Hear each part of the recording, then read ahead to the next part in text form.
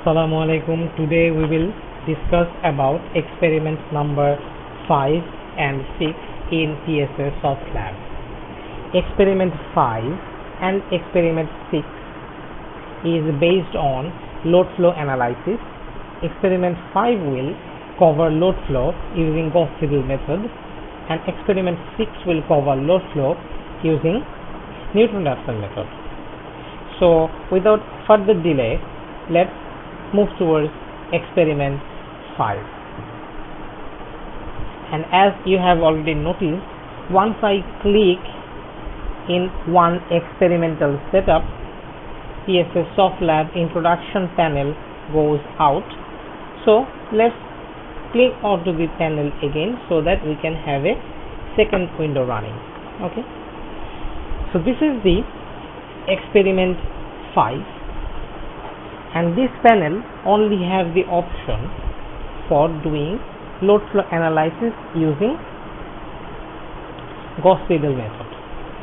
Okay, first we have picked a 3-bus system.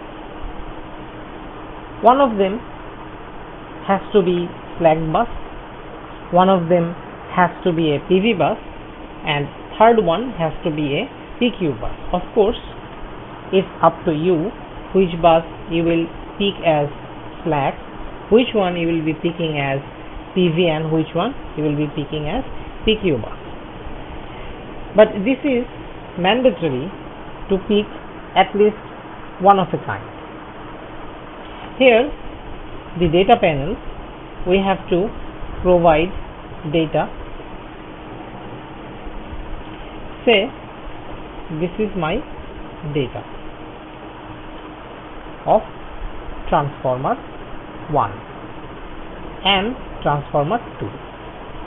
So this is the data panel for generator.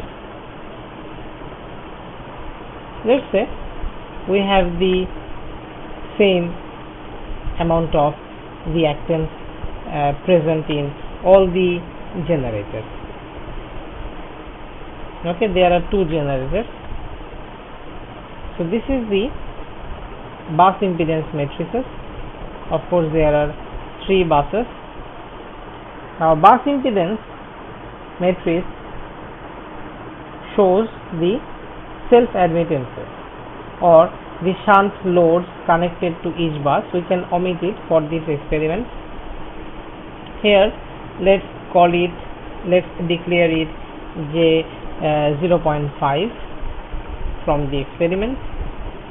Line 1 to 2 is also J 0.2.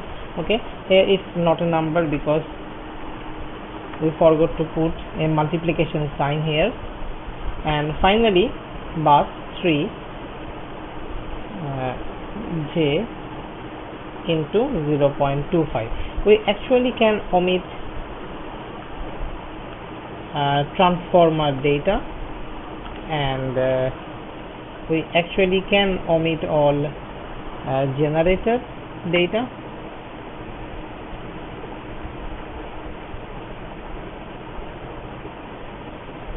Okay, we can only work with transmission line data. Now this is the panel for declaring our bus data. Okay, we have some predefined values already declared here. Now let's click on Y-bus matrix. If we click Y-bus matrix, it will show the newly formed matrix based on the data we have so far provided. Now let's pick one base value, and our base value, let's pick just 100, and click here solve the load flow analysis by Gauss-Seidel method. It will give you a result how you can solve your load flow problem using Gauss-Seidel method. Now the second experiment is experiment number 6.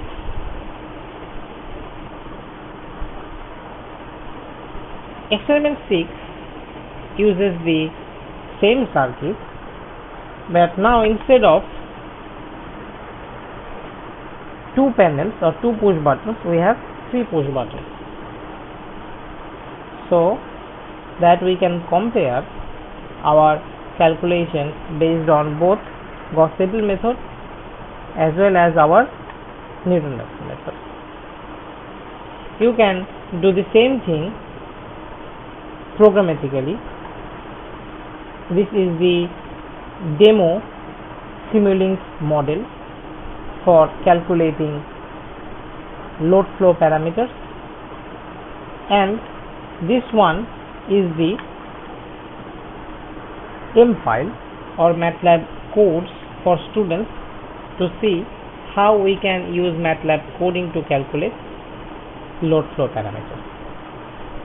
Here experiment 5 as well as experiment 6 are properly explained in the instruction section, so that student can easily understand how to work with the different panels. This concludes demonstration of experiment 5 and experiment 6. Thank you for watching.